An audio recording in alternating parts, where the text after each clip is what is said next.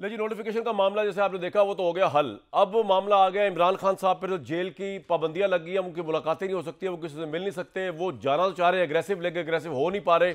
इस पे बात कर लेते हैं अपने पैनलिस्ट से। वाडा साहब, इमरान खान फ्रंट फुट पे खेल रहे हैं, उनके ट्वीट्स, उनकी वजीर आला की परफॉर्मेंस, जिस तरह वो अब मुजाहमत की तरफ जा रहे हैं। 7 दिसंबर को पेशावर में जलसा हो रहा है, फिर रैलियां होंगी, प्रोटेस्ट होगा। आप किस तरह देख रहे हैं कि इमरान खान अग्रेसिव नहीं हो रहे, उनकी पार्टी अग्रेसिव होने नहीं जा रही? देखिए कामरान शाह आपका बहुत शुक्रिया सर। देखिए कामरान शाह साहब, अभी तक क्या मिला खान साहब को 2.5 साल में? जो पहली दफ़ा हुआ है कि वकला का क्लाइंट अंदर है, वकला जो हैं वो मराद की जगह गवर्नमेंट की सेनेट, एमएनए और मिनिस्टरशिप्स इंजॉय कर रहे हैं। बाकी जो जिनको जानते नहीं थे हम पार्टी में, वो आगे आए हुए हैं। पार्टी डिसग्रंटल है, माल बना रही है, दबा के शोदेबाजी हो रही है, एक्शन हो रहा है। बाकी इमरान खान साहब को क्या मिला? पहले शुरू करते हैं सर कि इमरान खान साहब ने ये ड्रामा शुरू किया जब आज के चीफ उस वक्त के DGI गए उनकी बेगम से रिलेटेड, फरागोगी जो उनकी सबसे ज़्यादा इंपॉर्टेंट थी, और बुजदार और वो शहजाद और इस टाइप के जितने भी लुटेरे थे जो सबसे ज़्यादा इंपॉर्टेंट थे, फ्रंट लाइन में थे, उनकी दास्तान लेके गए तो उन्होंने उनको हटा दिया और कहा उनको कंटिन्यू करो। उसके बाद शुरू हो गए वो कि जी किसी भी तरीके से जनरल आसिम मुनीर साहब को नहीं आना, दुनियावी तौर पे हर काम कर लिया, अपने ऊपर अपने ही लोगों से गोलियां भी खा ली। उसके बाद जेल हो गई, उनके बंदों ने उनको जेल करवा दी, उनके बंदों ने उनको सबूत दे दिए, सबूत से वो मज़ीद फंसते चले गए। उसके बाद SIFC, chief of army staff, फौज, पाकिस्तान, डिफ़ॉल्ट, हर किस्म की प्रोपागेंडा करते रहे और मज़ीद दलदल में जाते रहे। तो जो प्रोग्राम के तहत PTI चाहती थी इमरान खान साहब के लिए, वो ज़बरदस्त तरीके से हो गया। और जायचे और तावीज़ और तारीख़ें और चांद ग्रहण और काले बकरे ने काम तमाम कर दिया। उसके बाद मज़ीद मुश्किलात शुरू हो गई। फिर मज़ीद गंडापुर साहब आ गए, फिर गंडापुर साहब आए, चाय पी, फिर निकल गए, फिर आ गए, फिर नबूदार हो गए, फिर बेगम साहिबा अंडरस्टैंडिंग से बाहर आई, फिर वो अंदर चली गई। लेकिन ये नया वज़ीर आला जो है फैसल भाई, आपको लगता है ये बड़ा अग्रेसिव हो रहा है और ये गंडापुर से भी अलग पॉलिटिक्स करेगा, इसके अलावा भी अलग पॉलिटिक्स करेगा? इमरान ने भी कहा फ्रंट फुट पे खेलो। मैं आपके पास आ रहा हूं सर। देखिए, ना सर फ्रंट रहेगा ना फुट रहेगा, ये बड़ी क्लैरिटी रखें इसके अंदर सर। दूसरी चीज़ ये कि मैंने मालिक साहब के शो पे कहा था कि CM KP के आफरीदी साहब ना आए, अडयाला और इस्लामाबाद ना आए। आपने तो कहा था मुलाकात नहीं होगी, आपने कहा था पाबंदी लग जाएगी, पाबंदी भी लग गई आज।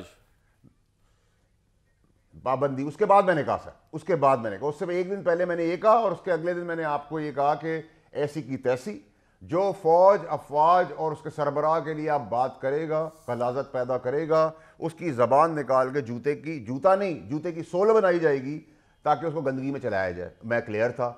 मैंने उनसे कहा उनकी नहीं मुलाकात होगी क्योंकि जेल मैनुअल नहीं अलाउ करता कि आप पॉलिटिक्स करें, वो भी नहीं हुई। आपको कहा कि आपने वहाँ बदमाशी की, ड्रामा किया, एहतजाज किया, तो डिस्क्वालिफिकेशन तलवार है, तो खामोशी से चले गए, तो ठीक है। अब मसला सारा ये है कि सर ये ड्रामेबाजी जो थी वो तो ख़त्म हो गई। इस ख़त्म के बाद अब कोई उनके पास चीज़ बची नहीं है, ठीक है सर। और मजीद उन दलदल में वो जा रहे हैं और KPK में डिस्क्वालिफिकेशन भी खड़ी है। आफरीदी साहब के सर पे आपने ये भी कहा कि KP के वज़ीर आला डिस्क्वालीफाई हो जाएंगे, तो फैसल भाई ये भी नजर आ रहा है आपको होते हुए? सर डिस्क्वालिफिकेशन, क्योंकि हाई कोर्ट ने कहा है कि KP के CM आप ये काम नहीं कर सकते, उन्होंने वो काम किया, डिस्क्वालिफिकेशन तलवार है। वो आज केसेस वापस शुरू हो गए।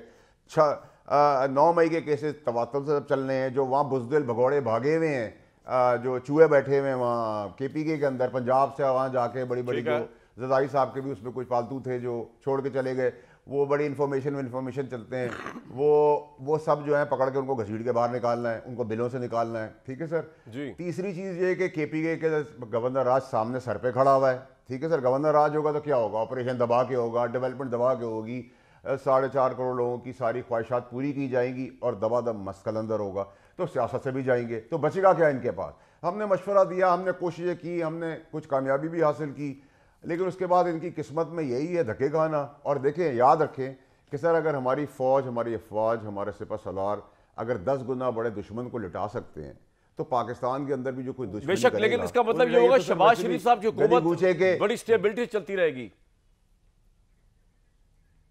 कोई खतरा नहीं उनको। कामरान शाह साहब, मैं कभी भी आपको, जब मैं PTI में भी था तो 25 साल की बात हो रही थी कि इख्तियार में रहेंगे, वो तो मैं अगले 10 मिनट का भी कुछ कह सकता, लेकिन जहां तक सिपा सलार जिस डायरेक्शन में पाकिस्तान को लेके जा रहे हैं और हुकूमत जिस तरह उनका अभी चल रही है, आपका पॉइंट तो पाकिस्तान के रिजल्ट आ रहे हैं, और रिजल्ट आ रहे हैं तो फायदा अच्छा, सबको हो अब रहा है।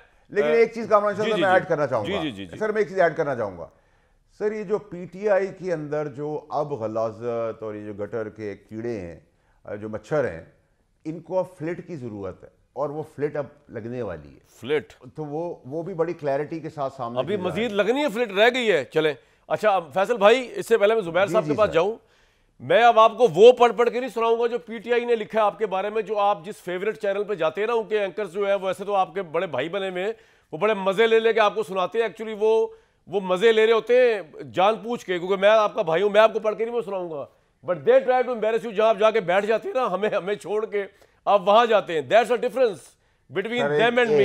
आई will move forward to Zubair साहब। एक मिनट सर जी सर, नहीं एक मिनट सर, रुक जाए कामरान शाह साहब जी, आप मेरे साथ उस वक्त से हैं और कुछ ऐसे और हैं भाई मेरे जो मुझे अपनी पार्टी अपनी फैमिली भी नहीं पहचानती थी, तो आप लोगों ने प्लेटफॉर्म दिया, तो मैं शुक्रगुजार हूँ। और जब आप हुक्म करते हैं तो मैं छोड़ के भी आता हूँ, तो मेरे साथ आपका रिश्ता भी है। लेकिन जिन्होंने मेरे लिए बात की सर, देखिए वो लवारिस हैं, गटर के कीड़े हैं, मच्छर हैं, वो बिन बाप के हैं, बाप के हैं, सियासी मुझे नहीं पता, लेकिन उनकी इतनी जुर्रत नहीं हुई कि वो मेरा नाम ले सके। अगर उनकी जुर्रत होगी, मेरा नाम लेंगे, मेरे सामने आएंगे, तो मैं पट्टा डाल के सड़क के कुत्ते की हड्डी कराऊंगा, अपने पालतू कुत्ते की हड्डी भी नहीं दूंगा। तो मैं बड़ा क्लियर हूं सर, और मुझे उनके भौंकने से कोई फर्क थोड़ी पड़ता है। बिल्कुल सर, आपका पॉइंट क्लियर कट पॉइंट आ गया फैसल भाई।